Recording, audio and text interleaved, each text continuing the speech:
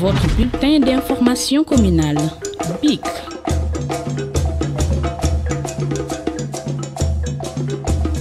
Des lois, qui a aussi en charge le travail et éventuellement le travail. Et un grand défenseur de la cause de la femme. Certainement une déformation congénitale, parce que moi, ma mère était aussi mon père. Ce qui fait que j'ai grandi dans l'ambiance de la femme. À côté d'elle, je me sens à l'aise.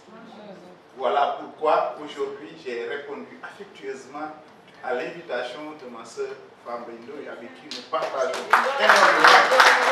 Elle m'offre l'occasion de serrer la main à une dame qui, à travers une télévision noir et blanc, que je savais apprécier par la qualité, la finesse, mais qui est toujours aux côtés des hommes et qui incarnait pour ma pauvre mère analphabète l'espoir de l'avenir. Je ne voyais pas venir, mais elle parlait de cette ministre, monument, référence, sommité, Madame le ministre.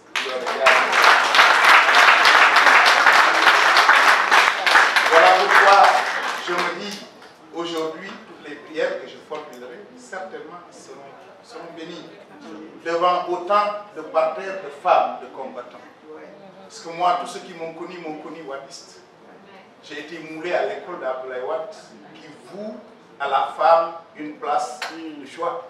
Qu'une rufisquoise assurée, avec élégance, classe, et tout ce que nous avons de plus fort, de plus beau de ce que c'était techniquement qui m'excuse, avec cette peau d'ébène, elle a su rayonner en portant les visions du grand homme.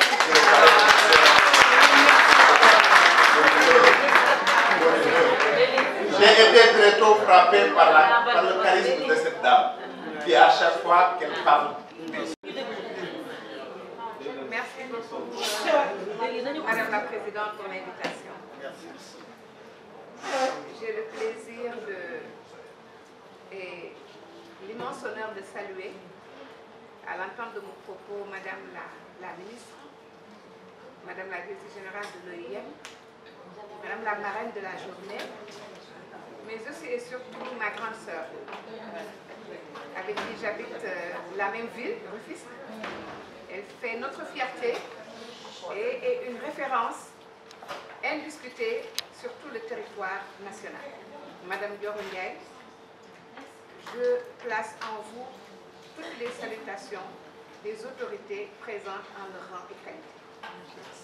Vous êtes une valeur sûre pour le Sénégal, une valeur sûre pour l'Organisation des Nations Unies, mais aussi une valeur sûre sur les questions de migration, mobilité et autonomisation des femmes. Nous avons appris à travers vous, nous continuerons d'apprendre par vous. Soyez solides, ayez une bonne santé et une très très longue vie.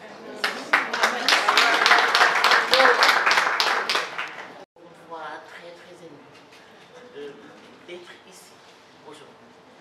Invitée bien entendu par mes filles, Famille et tout le RAFEM, par mes petites sœurs Moné, par mes petites sœurs Fatia, après avoir entendu la présidente et ma fille aussi qui intègre le comité de lutte contre la migration irrégulière. Eh bien, c'est une bonne chose d'être là-bas, parce que vous apprendrez beaucoup, mais vous redresserez également beaucoup, ne serait-ce que par votre présence et par les sentiments que vous pouvez avoir sur la mobilité des personnes, juste sur les droits humains. Ce sera suffisant pour changer la donne à l'intérieur de ce sénateur.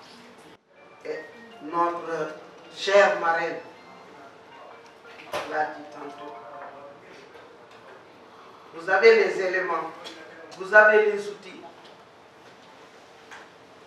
Cherchez tout simplement à avoir la possibilité de les utiliser pour qu'au moins tout ce que nous avons théorisé et que nous continuons de théoriser puisse avoir des issues heureuses, je dirais même des résultats. Et les résultats se mesurent dans les conditions de vie et de travail des gens, et non pas en termes d'activité, ni en termes de chiffres, non.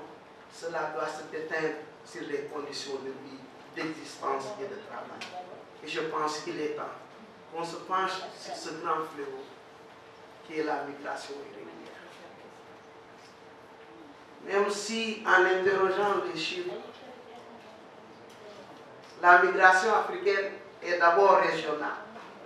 Mais je dis, une vie perdue n'est pas négligeable. Même si ces gens qui partent ne représentent que 3% de la migration, dans ces 3%, nous avons les 1% qui périssent en mer, qui périssent dans le désert. Et nous venons d'une conférence sur la mobilité des femmes. Et un sketch a fait pleurer toute la salle. Quand ils ont parlé des gens qui sont enterrés dans le désert et qui ne sont pas comptés. La mer refoule les cadavres, mais la forêt fait disparaître les cadavres. On ne peut pas les compter. Pourtant, ces routes-là font autant de morts que la mer. Nous avons fait le plaidoyer, comme a dit notre cher marraine. Peut-être que l'oreille attentive qui nous permettra de passer à l'acte et d'avoir des résultats n'est pas encore là. Mais nous ne perdons pas espoir et nous continuerons de travailler. Et de travailler en tendant la main à tout le monde. Aujourd'hui, nous avons voulu jouer notre partition dans la promotion de cette journée, qui a précédé même la journée internationale de la femme du 8 mars, mais qui n'est pas, hélas, très connue, même des femmes africaines. Et au RAFEM, on s'est dit qu'il fallait, nous, qui avons en notre sein beaucoup de nationalités, faire quelque chose pour faire bouger le monde. Et nous n'avons pas prévu une très grande journée, c'est pourquoi nous avions misé pour une demi-journée. Parce qu'on s'est dit qu'il fallait tout simplement marquer l'empreinte cette année et préparer la journée pour l'année prochaine. Mais hélas, en termes de réussite, moi je dis que nous avons enfin une journée bien réussie. Très bien réussie. Les gens ont organisé une journée entière ou 2 jours, mais je pense qu'en termes d'échange, en termes d'idées, en termes d'engagement, ce que nous avons entendu aujourd'hui nous rassure. Nous rassure par rapport à nos partenaires, nous rassure par rapport à nos mentors. Madame le ministre, chère marraine, nous ne vous lâcherons jamais. Nous avons trouvé en vous quelqu'un qui veut donner, quelqu'un qui veut ouvrir ses portes, ouvrir ses poches, ouvrir sa maison, ouvrir ses livres et ouvrir sa pensée pour que ses filles, ses sœurs puissent continuer le combat qu'elle a mené pendant tant d'années. Nous ne pouvons pas être insensibles à cet appel. Et voilà pourquoi nous avons choisi de se fondre dans votre famille. Et je ne le regretterai jamais. Ça, je peux le jurer. Parce que depuis que je l'ai connu, j'ai connu une mère. Une mère et une mère. Mère, parce qu'elle considère tout le monde comme ses enfants. C'est adorable. Chez lui, il traite les gens avec tellement d'amour qu'on se sent chez soi. Nous tous nous interpellons. Tant de personnalités, tant de mentors, tant de doyens engagés pour la cause de la République d'abord, avant de parler de la cause des femmes. Aujourd'hui, avec ma modeste personne, avec ma très modeste personne, devrais-je dire, j'ai pu vous déranger. J'ai pu vous prendre votre après-midi. vous avez marché dans la chaleur torride pour venir nous répondre.